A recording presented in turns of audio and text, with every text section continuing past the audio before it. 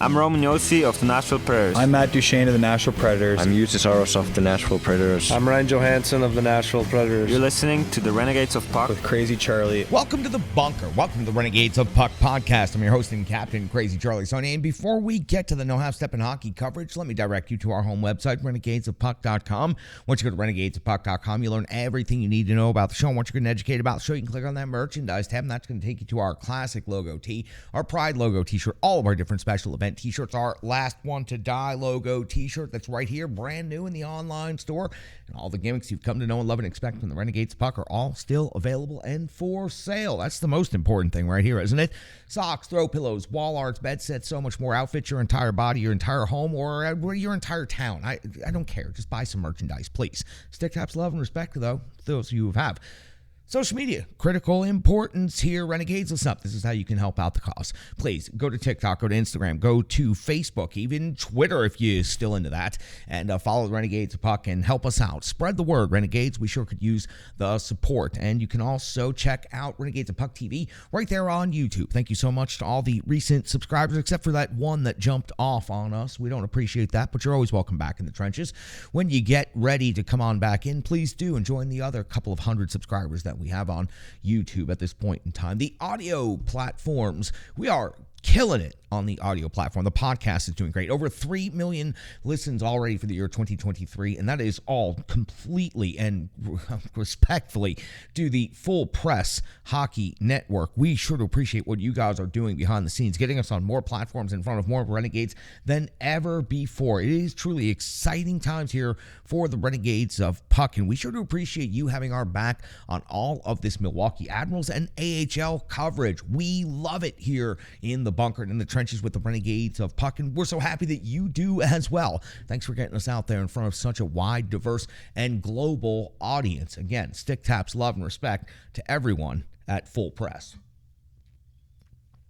Venmo, that's how you can support the show financially, or you can just make a donation if you feel like it. Every dollar goes a long way to helping the Renegades of Puck, so please scan the QR code currently on your screen, or just search Renegades of Puck on Venmo. You've seen us make significant upgrades here in the bunker. The microphone, the lighting, the camera especially. Now we are making upgrades a little bit more behind the scenes, but we're working on our computer system, our network. We're working on making everything here more efficient than it has ever been before. That way we can start conducting interviews. We can start doing some more programming. We have some really ambitious ideas. So again, if you can help us out, please make a donation to the Renegades of Puck. I got sheets all over the place, so that means, that's right, I know, it's time for the No Half Step in Hockey coverage. Time for operation number 768. Pause for photo. That's right, show number 768 for the Renegades of Puck. And at this moment in hockey history, the Milwaukee Admirals have forced a best-of-3 series. After going out to Coachella Valley and losing the first 2 games of the Western Conference final best-of-7 series, they have come back home to Milwaukee. A change of scenery has led to a change in attitude, change in results, and, well, a change in everything in this series. Because now, after games 3 and 4 in Milwaukee, the series is all tied up at 2 apiece. Game 5 will take place in Milwaukee. That will take place on Saturday. And then game 6 and 7, if necessary, will be back in Coachella Valley. So the Milwaukee Admirals, in order to win this best-of-7 series, will have to do something that they have not done in this series and something they've never done in their franchise history. They will have to go to Coachella Valley and win on the road at least one game as far as things are setting up. How did we get to this point, though? It was Coachella Valley winning game 1 6-4 and taking a 1-0 lead in the series. In game 2, it was Coachella Valley taking a 5-3 victory and a 2-0 lead in the best-of-7 series. Change of scenery back to Milwaukee, and also a change in netminders.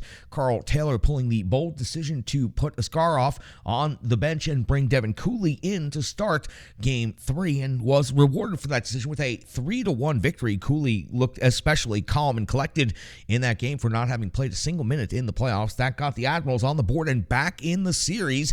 2-1 still in favor of Coachella Valley after 3 games, but now after 4 games, the Milwaukee Admirals have just secured a 5-2 victory on home ice to even the series up at 2 games apiece, making it now a best of 3 in the Western Conference Final. Now, for Coachella Valley, this is truly the first time that they have had to really face any adversity at all in this series. And since coming to Milwaukee, the series has completely flipped. As a matter of fact, 6 goals for Coachella Valley, 5 goals for Coachella Valley in games 1 and 2, only 1 and 2 in games 3 and 4. That means for the series, the goals are 15-14 in favor of the Milwaukee Admirals. Now, just quickly, before we dive completely into game 4 exclusively, let's recap what's going on the other side of the bracket in the Eastern Conference Final, because a game 6 will be necessary in that series as well.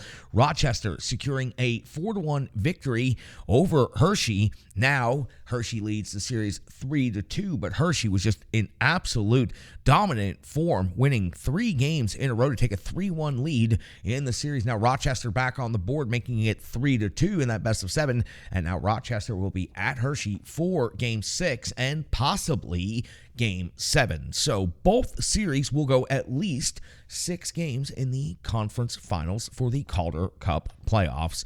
We've got to update you on the statistics for the Calder Cup playoffs, especially when it comes to the Western Conference side of things. Let's talk about the Milwaukee Admirals, and then we're going to get into the minutia, the details, the box score, everything about game 4. Luke Evangelista still leads the Admirals in scoring, 4 goals, 10 assists. 10 assists leads the Admirals, 14 total points, also, of course, leading the team. Del Gaizo, 4 goals and 7 assists for 11 points. Gross at 2 and 9 for 11. Afanasiev, 4 goals, 6 assists, now has 10 points in the playoffs. Kemmel, 8 goals, leads the Milwaukee Admirals, add 1 assist to that for 9 total points. Sherwood, 2 and 7 for 9. Tomasino, 2 and 6 for 8. And we will, of course, talk more about that as the show goes along. Devin Cooley in net, 2-0, 951 save percentage, 1.50 goals against average. He has stopped 58 out of 61, and he has done exactly what the Admirals needed. He has played good, consistent, calm hockey back there for the Admirals in net. The Coachella Valley Firebirds, let's update their statistics as well.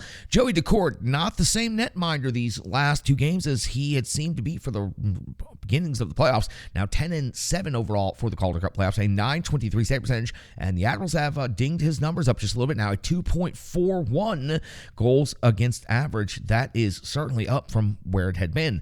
Lind absolutely destroying the Calder Cup playoffs, 7 goals, 13 assists for 20 points.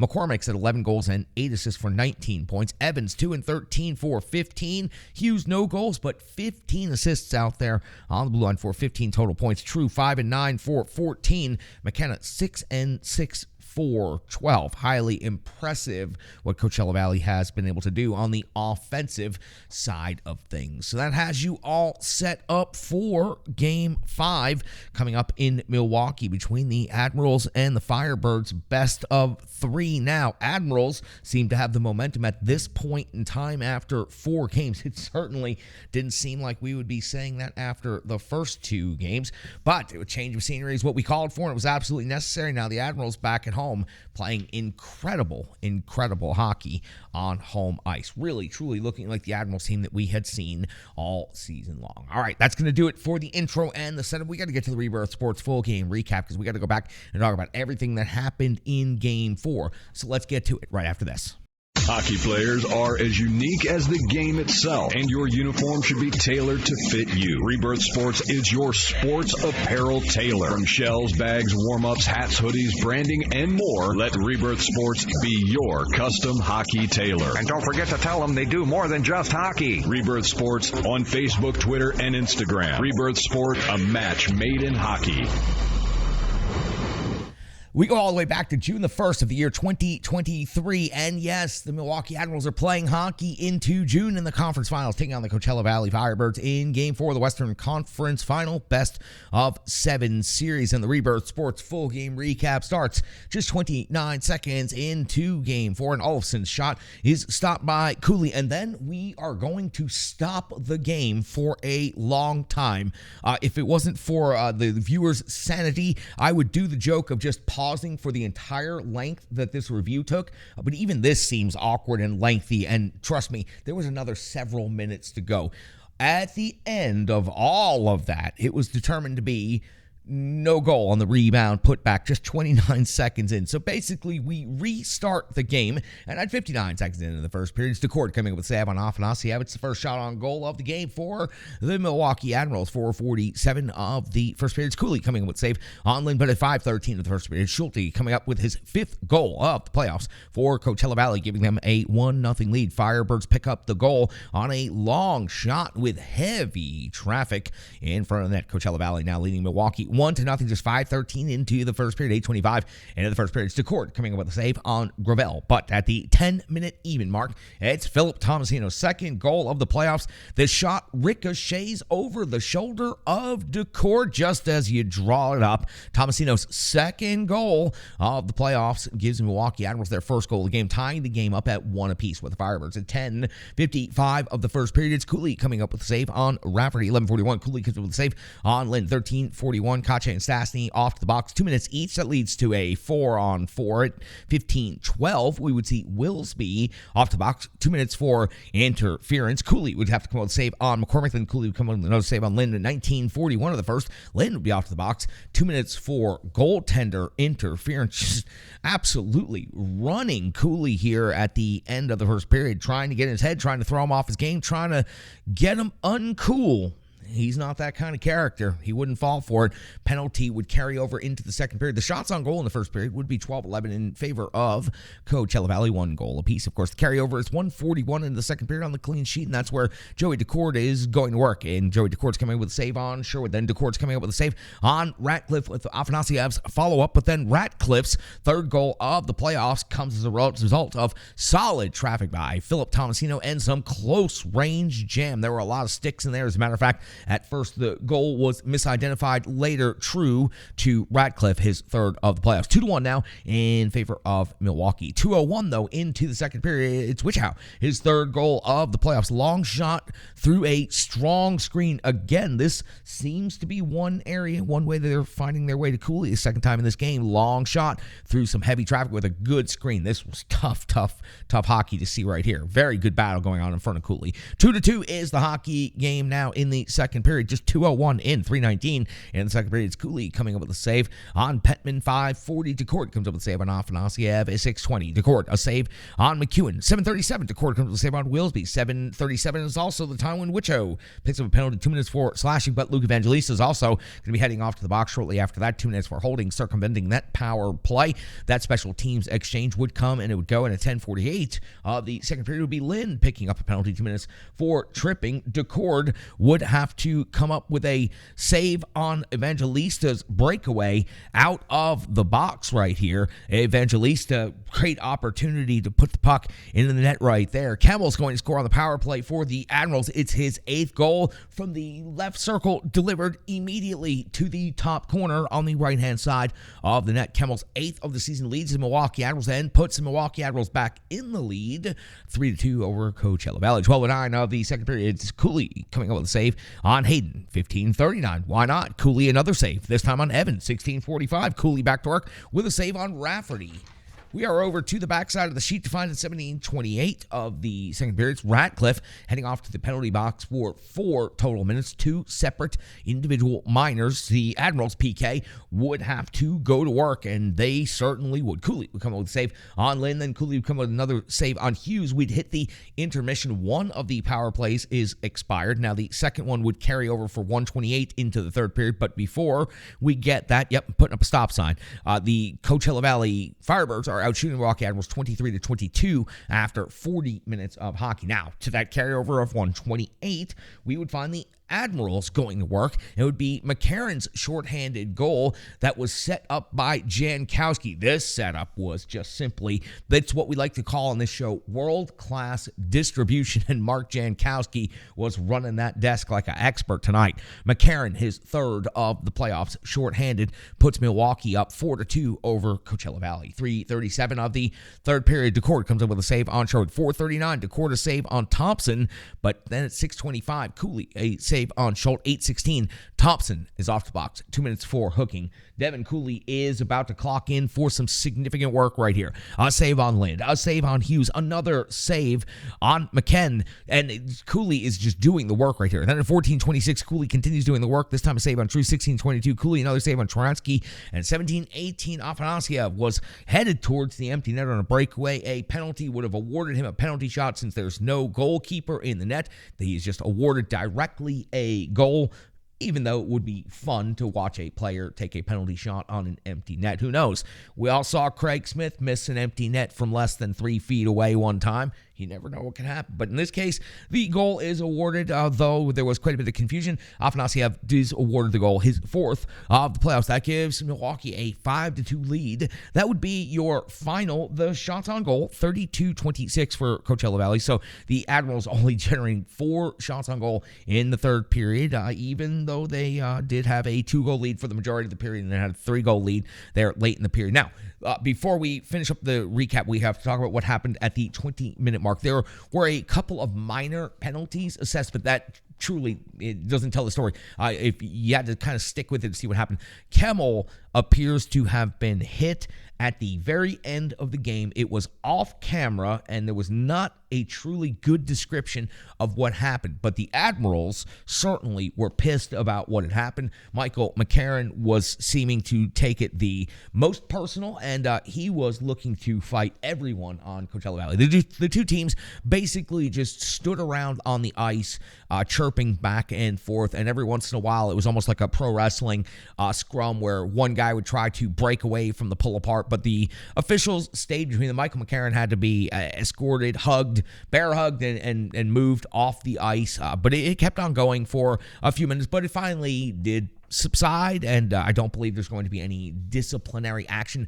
To be honest with you, what it is just really good heat building for Game 5 and for the best of 3 Western Conference Finals. These two teams had never played each other before this series had begun, and now after Game 4, there's beginning to have that healthy dislike that comes from repetitive competition, especially with high stakes on the line. So at the end of tonight's game, you saw the Milwaukee Admirals certainly not shying away and looking for a bit of a fight there after the game. Coachella also not backing down. It's good to see the two teams there facing off against each other. After 4 games of hockey played, those two teams basically faced off at center ice and stared at each other and said, yeah, let's go. And I love it.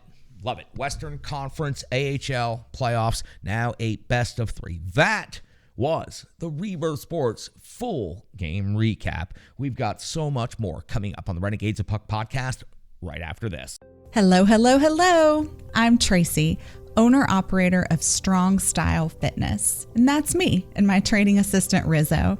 And we are here to bring you fitness that meets you where you are by offering circuit classes, bar-inspired classes, Tabata workouts, boot camps, guided stretching, and more, all taught by a certified personal trainer, me.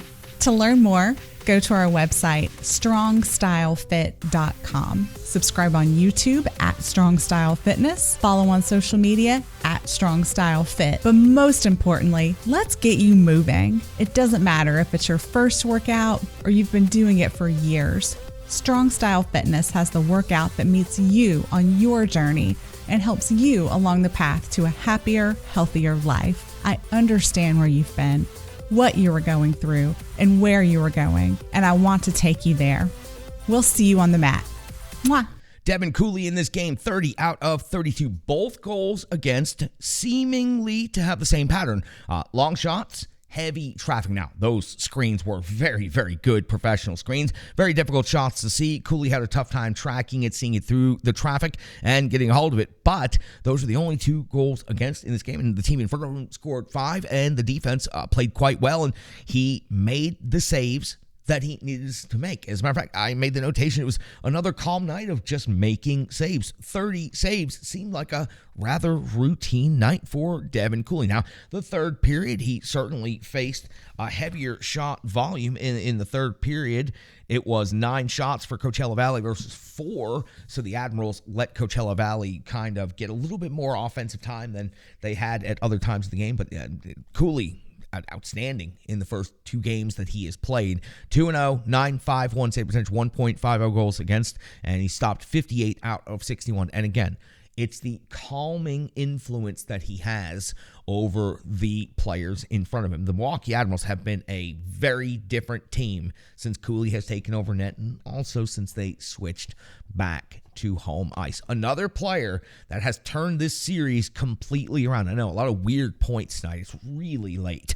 Tomasino, a goal and an assist in this game, and you know what? The notation to make, I'm unburying him right here because there is no doubt. Go back and watch. I buried him in the previous rounds because of his lack of performance, because of the expectations that I have for a player of Philip Tomasino's caliber. I think Philip Tomasino should be wearing a letter in the NHL within a couple of years. No doubt about that. I have a lot of high bar expectations for Philip Tomasino, and he has arrived just in time, and it has helped change the series. Carl Taylor changing to Devin Cooley in net, and Philip Tomasino arriving just in time is absolutely what has turned this series around. Now, 8 points after, frankly, the most disappointing performance on the entire roster through the first 2 rounds. He is fully turning that curve right now, and in the final best of 3 in this Western Conference final series, he could absolutely be the difference maker, the series changer, if you will. Philip Tomasino has arrived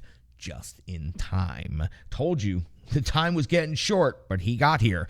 Afanasyev, a goal and assist, 5 shots on goal, 10 points in the playoffs. And yes, the goal comes on an empty net in a very weird circumstance where he's being awarded a penalty shot on an empty net, and he's just awarded a goal, never actually had to complete the action. Matter of fact, never even skated the puck all the way to the red line. But that makes no difference. It was the hustle, the effort, the jam, the no-half stepping that comes along with what he was doing out there. In an important time of the game with his team up by 2 with the empty net with still quite a bit of time remaining. Afanasyev comes through and he earns what would have been a penalty shot, gets the goal, and now his 4th of the playoffs. 5 shots on goal, also led the Admirals, and 10 points. He's a dominating presence out there. He does whatever you need him to do. If you need a big hit, he delivers a big hit. If you need someone to go into the corners and dig a puck out, he's more than capable of doing that. He can also pass, he can shoot, and he can skate. Afanasyev is truly turning into a dominant performer, and it's so much fun to watch players develop as the way he is. Kemmel, right before our very eyes, a superstar in the making. His 8th goal, it's the game-winning goal. The 8th goal of the playoffs leads the team. He is an impressive offensive threat in every situation. Tonight just flips that wrist shot from the low left circle to the top corner like he's done it a million times before. We've also seen him hit that blistering one-timer from over there in the left circle, and we've seen him just change the angle by a stride and rip a wrister from out high. That absolutely fooled Joey Decord in this series. Kemmel is proving to be an impressive offensive player for the limited time he has experience at the AHL level. Let's all remember, he joined the Admirals very late in the season. His experience now in the Calder Cup playoffs is almost equal to the amount of games he played in the regular season. So Kemmel, just impressive player every time he gets the puck in the offensive zone. Jankowski, it's a strong game. It's 2 assists. It's world-class distribution service on the shorthanded goal on that rush. Just absolutely freezing everybody and setting up McCarron for the easy finish. So Jankowski's got to get a nod for the world-class distribution service that he put on tonight for the Milwaukee Admirals, helping them tie the series up at 2 apiece. And I did want to make a note about Joey Decord and the Coachella Valley Firebirds are vulnerable on the road. They are not the same team. They do not have the same confidence on the road. They do not have the same attention to detail. They do not seem to have the same focus. And I'm going to tell you, I think they truly, and this is true for a lot of teams, they feed off of their home arena. Listen, there's no doubt Coachella Valley Firebirds turn the people out, and they have a good time. Their presentation is top-notch, and they certainly have plenty of fans coming out to the rink. And I think that the team feeds off of that. I think since they've switched switch to Milwaukee, they've been missing that little bit of extra effort energy that's been behind them in the first 2 games of the series. So now, after 4 games, all things are evened up, and the Admirals have the advantage with only 1 more game on their home ice. But there is no doubt that Joey Daccord is not the same netminder on the road in these last 2 games that he was in the first 2 games against the Milwaukee Admirals, and frankly, throughout much of the Calder Cup playoffs. This is a vulnerable team, and the Admirals could find themselves with a 3-2 lead after Game 5 going back to Coachella Valley. Now, Brian Baston's here. He's got the charts you need to see, the numbers you need to know, and he's even got an introduction. Men with no hose. Where are you? We're here at the Renegades Analytics Desk, and I'm here to give you tonight's one big stat from Milwaukee's series-tying 5-2 victory over the Coachella Valley Firebirds. The Nashville Predators AHL affiliate tied their 3rd consecutive playoff series after facing a 2-1 deficit, and now the Western Conference Finals and a potential trip to the Calder Cup Finals are down to a 3-game series.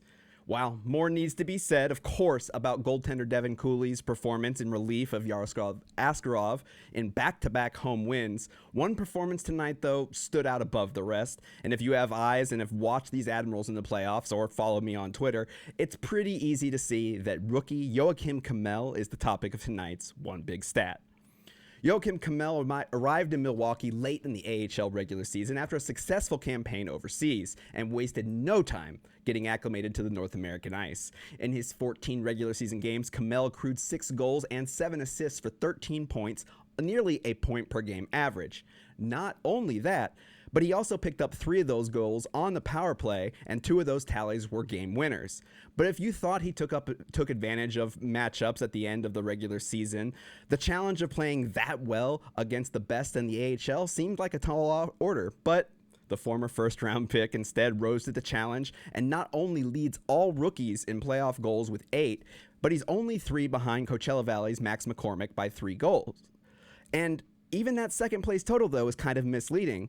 Kemell got his 8 goals and in 12 games, a pace of .67 goals per game. McCormick has 11 goals, but that's in 17 games. That's a pace of a slightly less .64 per game. Nobody in the Calder Cup playoffs right now is scoring more than King Kemell. He's picked up 9 points in those 12 games and leads the entire league in power play goals, where he's tied with 4, and stands alone with the most game-winning goals of any player in these playoffs with 4. In fact, nobody has any more than 2. In all, Kemell has played 26 games in an Admirals uniform with 14 goals, 8 assists for 22 points overall, just under a point per game average. 7 of those goals came on the power play, and his goals have given the Admirals the win a staggering 6 times. Let's put that into perspective. That's a game-winning goal for Joakim Kemell every 4 games. Now, it's too easy to tell if Joakim Kemell is ready to make the leap full-time to Nashville next season. Chances are some more time in Milwaukee next year will likely only be beneficial to his development, but it's easy to see why everyone both in Milwaukee and Nashville are so excited for the future with this young star. But after a nasty cheap shot at the very end of the game, Kemell's immediate future status, well, it remains unclear. So let's all hope that the injury is minor and King Kemell makes it back on the ice for Game 5. And that's tonight's one big stat. Charlie? The digital environment can be quite intimidating, time-consuming, and cumbersome, especially with all those other areas that need attention at your business. And that's why Stripe Digital Solutions is here to help. I know, because that's exactly what Stripe Digital Solutions did for me and the Renegades of Puck. From designing my home website and helping me create my merchandise to special event posters, brand building, and social media management. But it's not just that, it's so much more. Stripe Digital Solutions has helped me every step of the way. From startup to full-time operation, Stripe Digital Solutions has been there to assist and advise every single step of the journey. In today's fast-paced world, the path to success is having a strong digital partner, and nobody is better in the trenches than Brandy and Stripe Digital Solutions. Get the solution before it's even a problem with Stripe Digital Solutions. Time for the box score, and we're going to go ahead and plow through this one. Phil Tomasino had a goal in this game. Isaac Ratcliffe with a goal. Michael McCarron with a goal. Afanasiev a goal. And Kemmel also with a goal. On the assist side of things, Jankowski had 2 in this game. Kiefer Sherwood also had an assist. Igor Afanasiev had an assist. Keaton Thompson had an assist. Phil Tomasino chips in with 1. Jimmy Huntington also chips in with 1 assist. When it comes to shots on goal, Afanasiev with 5 shots on goal. Sherwood with 3, and also Isaac Ratcliffe with 3. Good job there by Afanasiev to generate that many shots on net. In net, Devin Cooley, 30 out of 32. Nice, calm, cool, collected night for him in the pipes. Got a couple other stats I want to give to you before we wrap up the box score segment. That's going to lead to another talking point that I should have included in the analysis, but I'm going to carve out some time here because I can do that whenever I feel like it.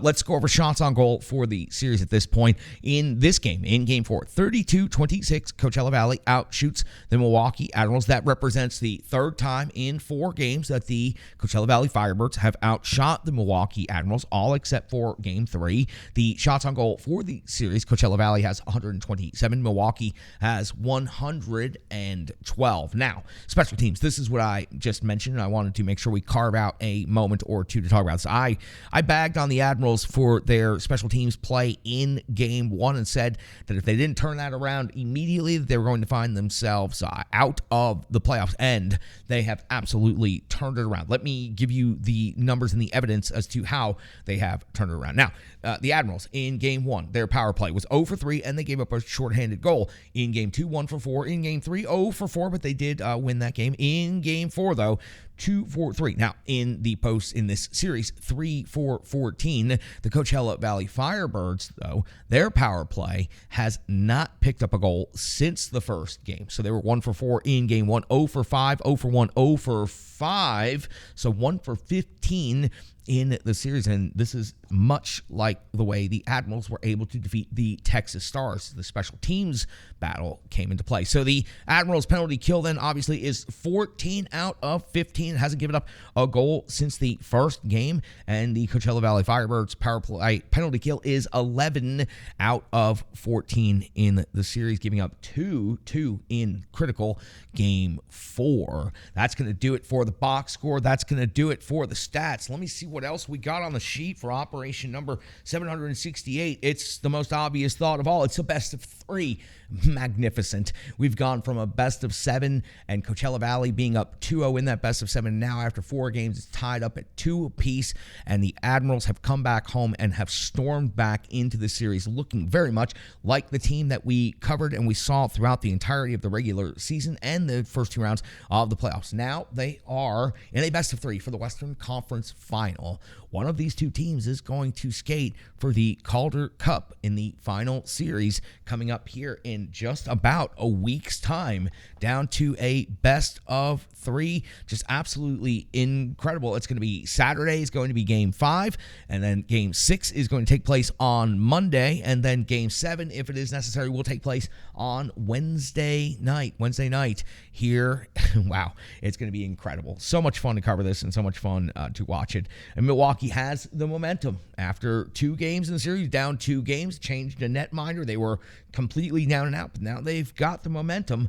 They are now tied in the series with 1 more game to go at home. They have to maintain that momentum. Carl Taylor has to talk them through keeping their foot on the gas. Coachella Valley may be vulnerable, but they are certainly not out of this series in any way, shape, or form. And, just finally, 1 or 2 more thoughts on the way out the door. Renegades of Puck Hockey Club. First of all, fellas, tonight, lost in overtime, 3-2. That's the reason I'm out here in the bunker. I believe real time, even though in the bunker there's no such thing as windows, and we pump in oxygen like it's Vegas, and we don't have any clocks around so that we don't actually know what physical time is. I believe it's probably somewhere around 3:15 in the morning in the Central Time Zone right now. I just got home, covered the Admirals game, broke it down, came out here, wrote the show, did the show, all that. All of that after skating in a pretty epic hockey game tonight. And for the fellas now, 2-0-1 on the season. We lost in overtime tonight to the Bobcats. And the first thing I want to say is congratulations to the Bobcats. It's your first ever win, and nothing should ever take anything away from that.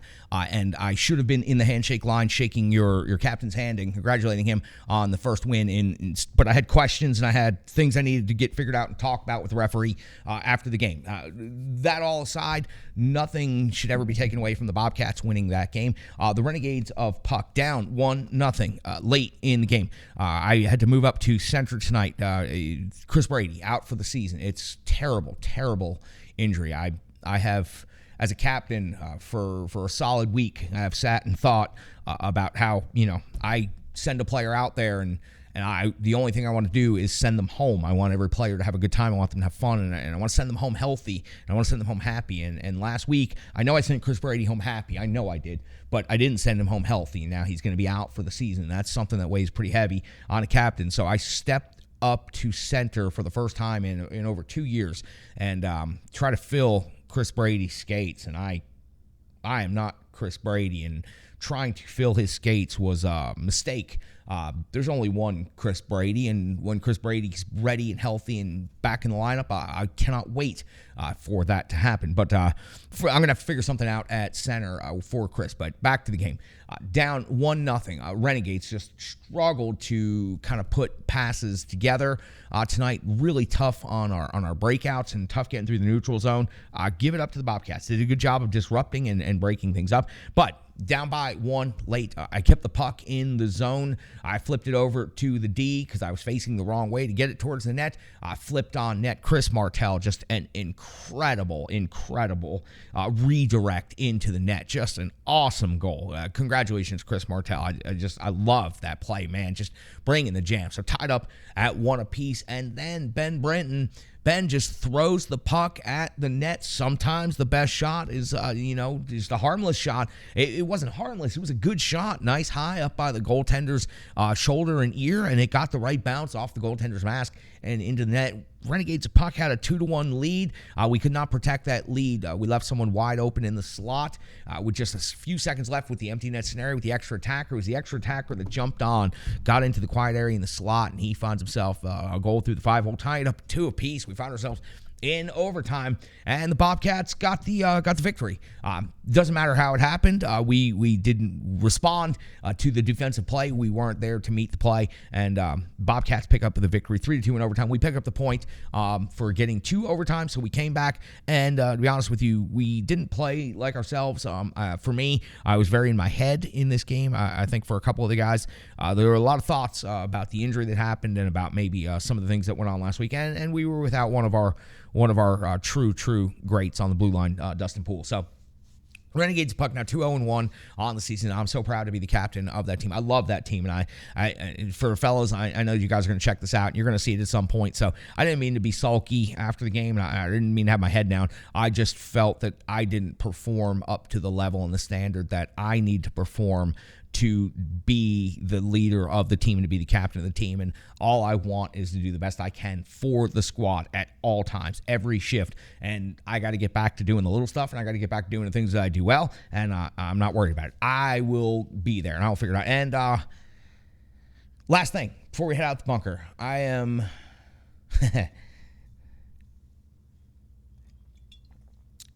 in about 6 hours, I am having... surgery. I'm having a procedure. I do have to be put under. It is going to take a few hours, and it's probably going to put me supposedly out of action for a little while, unless they are sewing my jaw shut, which that's where the surgery will take place. Unless they have to sew it shut afterwards, there is no way in hell you are going to keep me from covering Game 5, Game 6, and Game 7 of the Western Conference Final. I'll just tell you that right now, Dr. Wick. And yes, my surgery is being performed by Dr. Wick. If you can't trust Dr. Wick, who can you trust? So I'll be having a pretty big procedure in a couple of hours. Once the show is wrapped up, that'll be the last thing that I do before being put under anesthesia. So, stick, taps, love, and respect, Renegades. I just want you to know I love each and every one of you. Hosting this show, being a part of the show, owning the Renegades of Puck, being the captain of the Renegades of Puck Hockey Club. It is everything I have ever wanted out of this life. I have been able to do it all, and the Renegades of Puck are truly the empire that I want to lead, and the no half step in life is exactly what I have led to this point. So I'll be back on the air in 2 days. I'll text everybody. I'll post on social media. Loopy as hell, I'll let you guys know how the procedure went. Stick taps, love and respect, Renegades. I seriously love every one of you.